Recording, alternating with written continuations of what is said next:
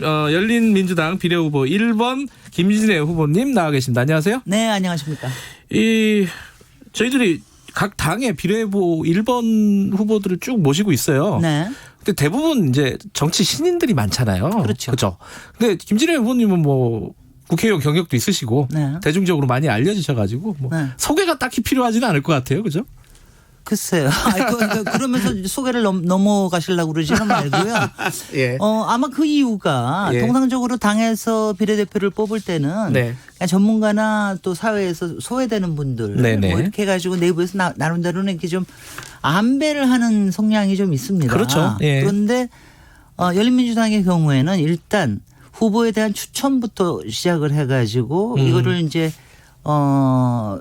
물론 당에서는 면접 심사를 하고요. 그다음에는 순위 자체도 네. 투표를 해서 전당원 플러스 국민선거인단으로 투표를 해서 결정이 된 겁니다. 그러니까 저 같은 경우에는 8년 전에 국회에서 나오고 나서 솔직히 잘 아시다시피 제가 자유인으로 네. 상당히 괜찮은 삶을 살고 있었는데 8년 만에 예. 갑자기 불려 나온 거예요. 그래서 추천 순위에서도 좀 높았고 네.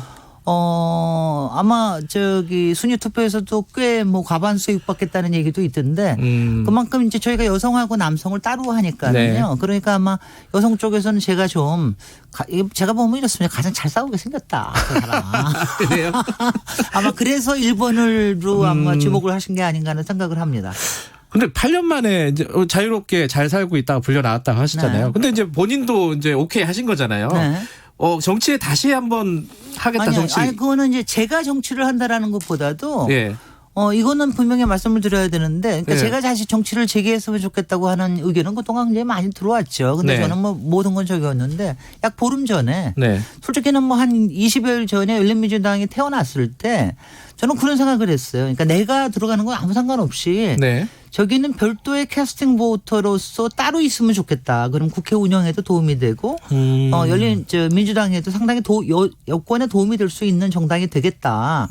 그리고 아마 잘 될 것 같다. 이런 생각을 했는데 저한테 이제 엉뚱하게 연락이 오더라고요. 그러니까 그렇지만 저는 이제 안 한다는 생각을 했었기 때문에 처음에는 노 하셨어요? 네. 며칠 동안 이제 주변 분들이 상당히 많이 권유를 하셨고 네. 그리고 분명히 이 역할이라는 게 있다. 그래서 이제 결국은 승낙을 하게 됐습니다. 역할이 뭐라고 생각하십니까? 아니 근데 일단은 이거죠. 그것도 분명히 있어요. 제가 네. 국회의원 경력이 있다라는 거. 그럼요. 그것 때문에 비례 1번으로서 이제 어느 정도의 리더십을 발휘할 거다라고 하는 거.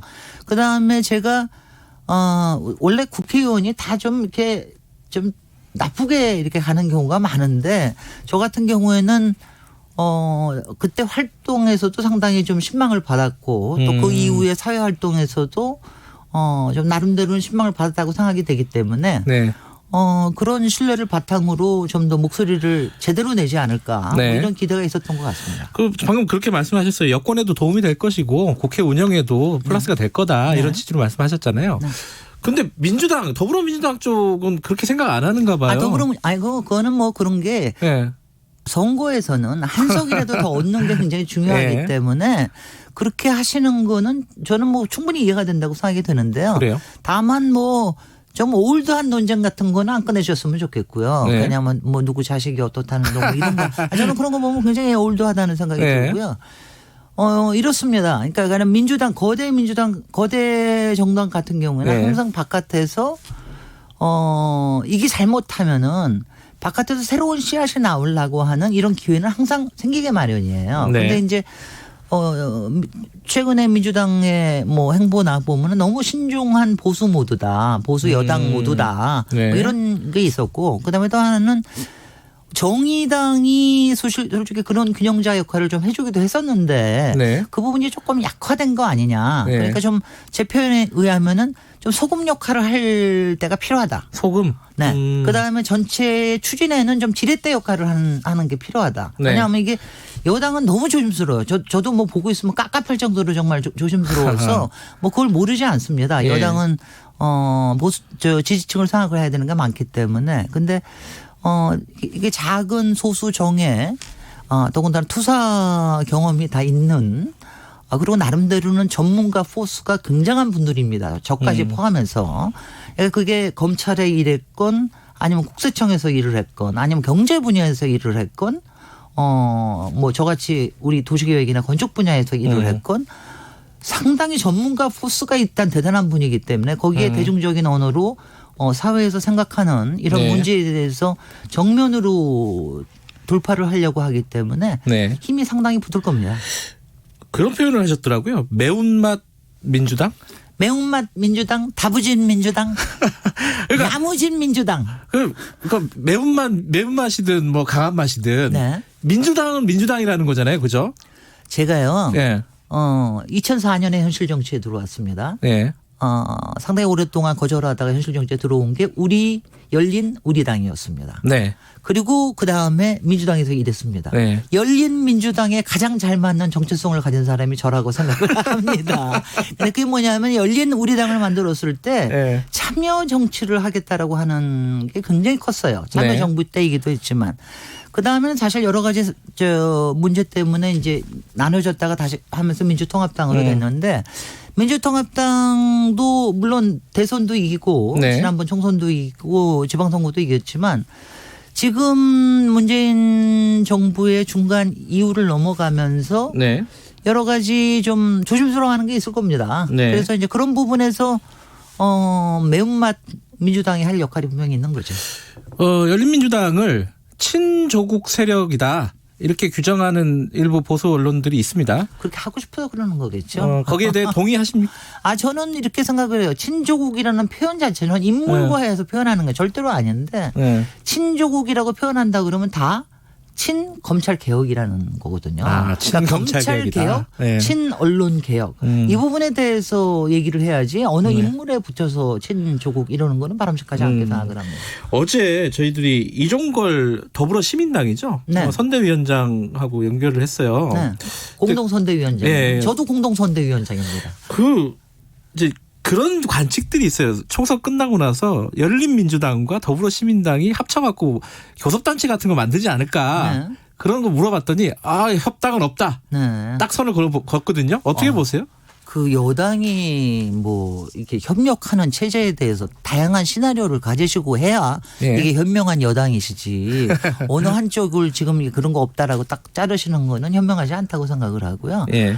그러니까 지금 이제 선거 당일이 끝나봐야 예. 뭐 구도를 알아야 되겠고 그리고 또 미래통합당에서도 나름대로의 또 전략이 또 있을 겁니다. 네. 당 외에 별도의 교섭단체를 만들어야 되느냐 아니냐 뭐 이런 거 있을 겁니다.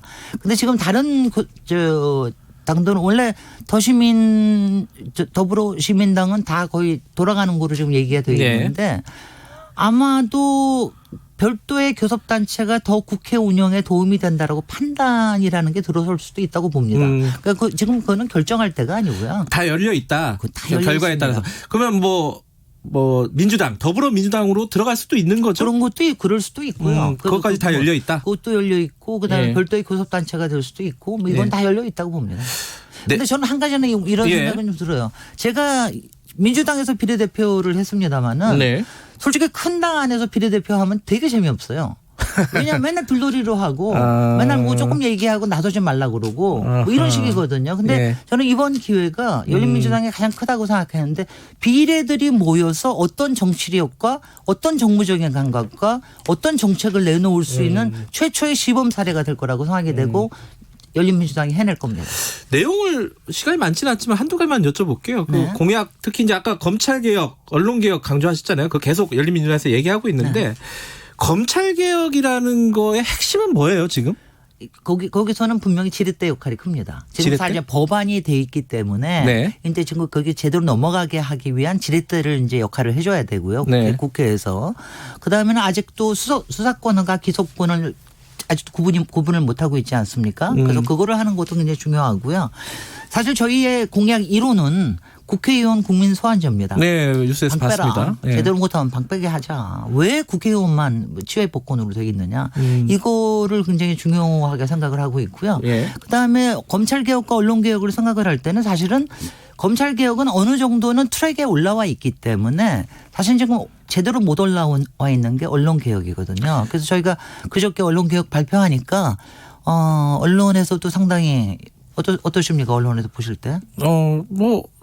저는 의견을 얘기 안 하는 게 좋을 것 같은데요. 네.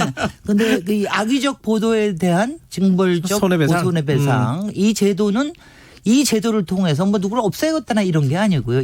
이런 제도가 있는 자체가 네. 언론들이 좀 더 공정하게 취재하고 그다음에 조심스럽게 보도하고 그러니까 며칠 전에 채널 A에 네. 뭐 일종의 약간 검언 유착성의 이런 취재 네. 뭐 이런 것들을 막을 수 있는 거죠. 그러니까 그런 거는 굉장히 필요하다는 생각을 합니다. 그다음에 이제 소비자 언론 소비자들이 솔직히는 언론인 쪽이뿐 일반 소비자들이 굉장히 많거든요. 그것도 또 해야 되고요. 잠깐만, 이거 29분까지인 줄 알았는데 28분 20초에 끝내야 되는 거네. 네네. 여기까지밖에 못 물어보겠습니다. 네. 나중에 한 번 더 모실 기회 있겠죠. 예. 네. 예. 알겠습니다. 열심히 하겠습니다. 열린민주당. 고맙습니다. 고맙습니다. 김진애 비례후보 1번이었습니다.